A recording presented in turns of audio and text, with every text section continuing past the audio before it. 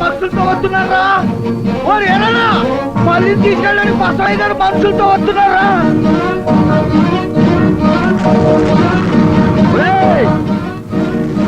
మా ఊరి పొలిమేరలోకి వచ్చే ధైర్యం మీకెవడిచ్చాడు రా? బతుకు మీద ఆశుంటే పారిపోండిరా నా కొడకల్లారా. ఇదిగో ఓడిపోయినాడు, చచ్చి పైనన్నాడు. మిమ్మల్ని అందరిని అక్కడికి పంపుతాను. ఆయన్ని అడగండి మీ పందెం. ఎట్లా అడిగేదే? ఏం కూసారా? వాళ్ళతో గొడవ పట్టడానికి నువ్వెందుకురా? నువ్వు ఇట్లా చెప్తా.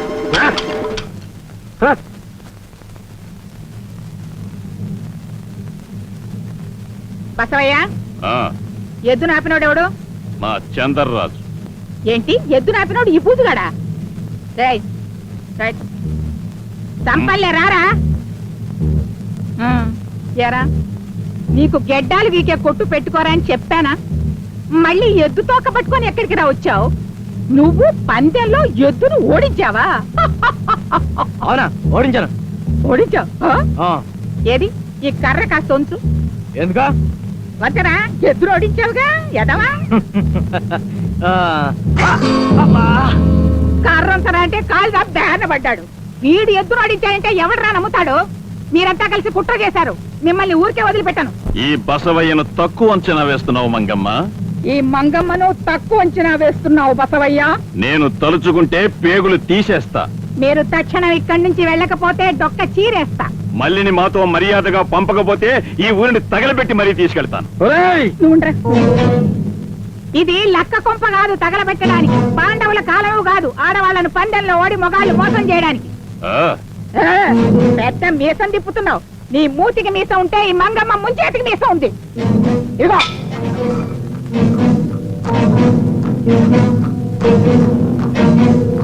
ఇది మంగమ్మ చేతి కర్రరా. దమ్ములుంటే దాటి రండి. మీ రక్తంతో ఈ ఊర్లో ముగ్గులు పెడతాను. మంగమ్మ గారు ఉండగా మనకి భయమేంట్రా? రండి చూద్దాం.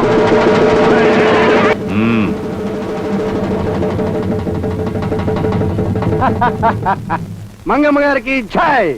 మంగమ్మ గారి చేతికర్రకి జై. అమ్మా, ఊరంతా కలిసి బసవైన ఊరవతల తరిమినట్టుగానే ఊరంతా ఏకమై వీరన్నకి మళ్ళీకి పెళ్లి జరిపిద్దాం. శుభస్య శీఘ్రం అంటాను. ఒక ఆడదానికి జలిసి వెనక్కి వచ్చిన బతుకు ఒక బతుకేనా? ఏం చెయ్యాలి? ఏదో ఒకటి చేసి తీరాలి. చేసే వరకు నాకు నిద్రపడ్డ. ఆ ఊరినే తగలబెట్టేస్తాను. బాయా ఏడెక్కిపోతావే? చల్లబడు. మీరు పోండయ్యా. కోపడతావే? ఆ ఊరెళ్ళి నిప్పెట్టడానికి పొలివేరలు దాటాలి కదా. అంత సెవెందుకు నీకు? ఆ ఏరన్నగాడు పట్నంలో పెళ్ళానికి పుత్తులు పెళ్లి సామాన్లు కొనటానికి వెళ్ళాడంట. ఆడొచ్చేటప్పుడు తోవు మధ్యలో ఆడ్ని ఒక్క పోటు పొడిపిస్తే పోలేదా బాయా?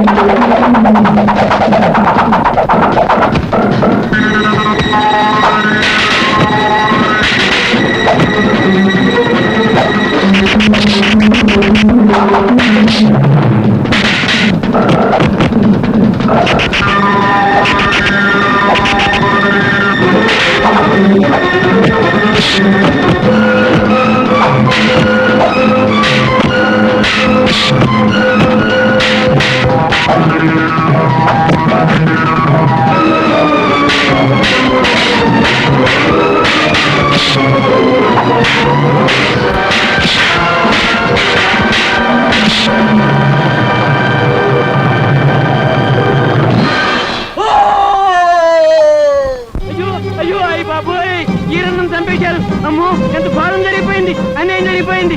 అమ్మగారండి, అమ్మగారు పెళ్లి సామాన్ తీసుకొస్తుంటే బసయ్య మనుషులు ఈరన్న మీద పడి చంపేశారమ్మా.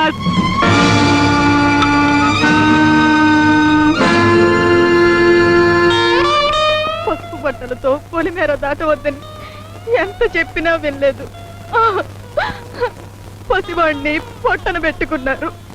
పిరికి వదవను దారి కాచి అందరూ కలిసి ఒక్కడి మీద పడడం ఆడంగితనం, కిరాటకం, అన్యాయం, అక్రమం. ఒరేయ్, ఈ మంగం ఇంకా బతికే ఉందిరా, ఈ మంగం ఇంకా బతికే ఉంది. నా మనవాడిని వెలుపడు పట్టిన వాడెవడు ఈ భూమి మీద బతకడానికి వెళ్ళలేదు. అమ్మా ఏంటి నువ్వు కూడా ఇలా అయిపోతే దాన్ని ఎవరు ఓదారుస్తారు? వీరన్న పోయాడని తెలిసినప్పటి నుంచి మతిపోయింది, దానిలా అయిపోయింది. దాని సంగతి ఏమిటో ఆలోచించకుండా ఏమిటమ్మా ఈ ఆవేశం? చూడమ్మమ్మా, అమ్మకి ఎన్నిసార్లు చెప్పినా వినిపించుకోవటం లేదు. బావ చచ్చిపోలేదంటే నమ్మదే. ఏ అమ్మమ్మా, నువ్వైనా చెప్పు, నా బావ బ్రతికే ఉన్నాడు కదూ? చెప్పమ్మమ్మా.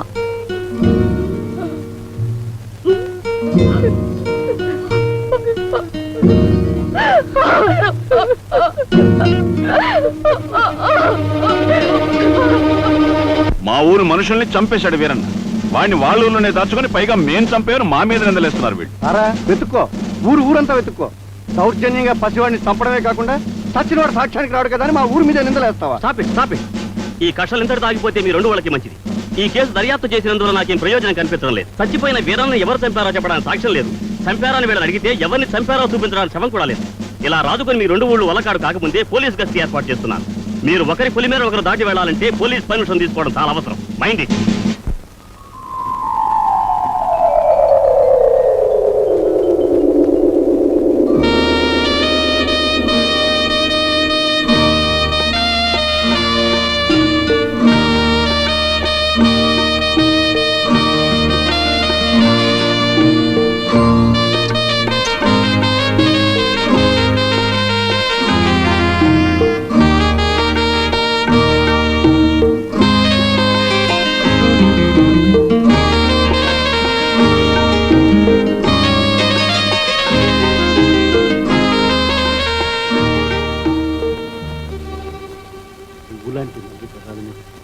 నవ్వు మాయం చేశాడు దేవుడు.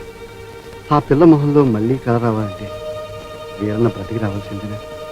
భగవంతుడు వస్తాడని ఎంతో ఆశగా ఎదురు చూస్తున్న మళ్ళీ కోసం వీరన్నను మళ్ళీ బతికించలేవా? పోనీ నువ్వు చేయలేని పని నేనే చేస్తే నన్ను నువ్వు క్షమించగలవా? చేస్తా.